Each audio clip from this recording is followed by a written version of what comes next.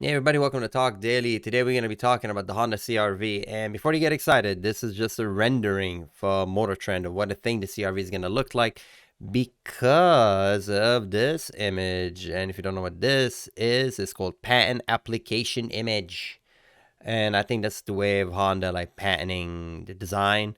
If you work in the pan application business, you can shed a light in the comments below. Let us know how that exactly works. But I think when I do this, it's basically a 3D rendering saying, "Hey, that's my idea. No touch." Anyways, so according to that image, they went on and they made this. And they made this design. So the CRV to me is starting to look like more like the Honda Pilot. Because to me, this looks big.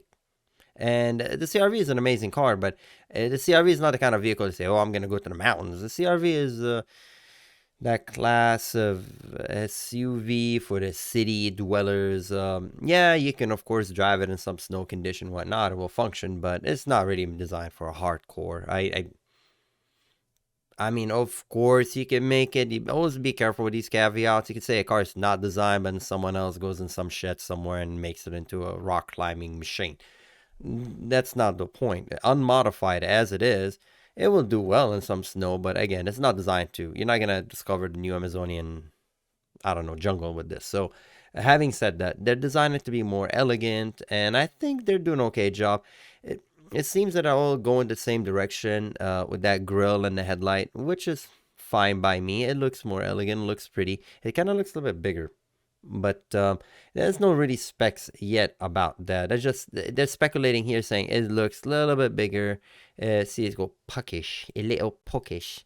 We think the CRV will forego the SUV active lifestyle, learning for more sophisticated look. That means slimmer headlight and elegant grille and lines that actuate the extra length. That spy shot hint is coming. See extra length. I said, yeah, it does look longer, but I mean that makes it more practical. Good. I don't see any issue there because the engine is going to be 1.5 liter. I don't think they're going to change it. Honda, that's their workhorse. The 1.5 liter turbo, that is their workhorse right now. They have a 2.0. It's going to mate to an it's going to mate to electric. I thought the 2.0 is not made to electric, but that's what they're saying. It might have a 2.0 made it to an electric. So here you go. The i4 turbocharged for sure. A 2.0 liter naturally aspirated in line 4 should make its return to hybrid version.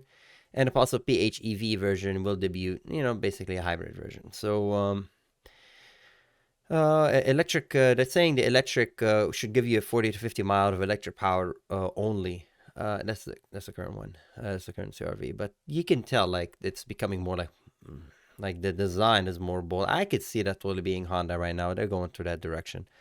Um, yeah, I mean, again, it looks nice. I don't really know what.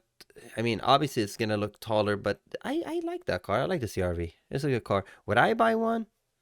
I mean, if you give it to me for free, sure, why not? But I'm just not an SUV person, but I could see how useful it is. Okay, if I have the need for that, for sure, it's a very useful machine, and it's I think the styling is very elegant, and the 1.5 liter. I'm always fascinated by that. How do 1.5 turbocharger liter moves this machine? This is I mean, and I thought, I mean, but it makes the same amount of horsepower as 2.4 liter naturally aspirated, and to me, 2.4 liter has some torque, but 1.5 with a turbocharger makes enough torque. So, yeah, it's great. I mean, it's, I can't fault it. The only thing I would fault it with all the segment of cars, and that's just a little Talk Daily hint. Should make a little Talk Daily little hint now. If you're not aware of, all these cars don't have proper differential. I'm very strict about all-wheel drive. I love all-wheel drive. Being a fellow Evo owner, I went to all the trouble of changing my differentials because my Evo 8 had what we call an open differential in the front because of reason. I can make a video about that, but that's not the point. The point is that these machines don't really come with locking differentials in the term that's two kind of locking. There's a locking differential when you want to go rock climbing. Like those are the locking diff. Two wheels move the exact same speed. That way you can climb rocks at very slow speed. And then you have the differential that's designed to differential, right? Differential of speed that will lock, but progressively. That will progressively lock, and that will lock 100% to a certain point. Those are the things I use on like high end cars, right? Sport cars, usually for the rear. And that also using a front application to progressively lock. And also there's acceleration and deceleration. So all this technology is not there right now, not in this format. Not Honda has that technology. Okay, they have super all handling, all-wheel drive, those things that Honda has. They put on an MDX. They put on weird cars that are never. They never use that for performance. For God, I don't know what reason. I don't know why they. I don't know why they don't bring that to the Civic. They don't bring that to the Integra. They have the technology, but they don't, and they don't apply it here. But without that technology, what you're looking at is usually this wheel that works. Whatever wheel has the shortest axle, because all the power goes to it, and another wheel just sits there. And that's the same.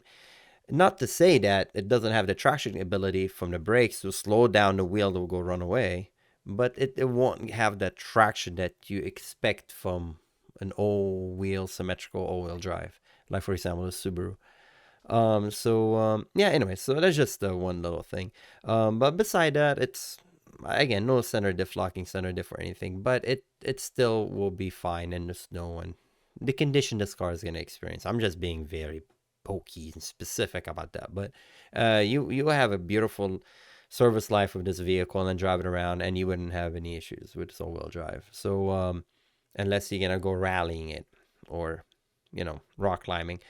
Oof, that was a tangent. Let's come back now. Let's come back. Let's come back to the subject. So, long story short, the appearance is gonna get bigger. It's gonna have a slimmer headlight, and good. It's gonna be more useful. It's gonna be give you more room and space. So, only time will tell how this will hold. I mean, I love the rendering. Motor Trend did a great job. Oh, and I forgot to give credit to Mr. Alex Christine and the writer, and Abimelech Arilano. Abimelech Arilano. He's the illustrator who drew this.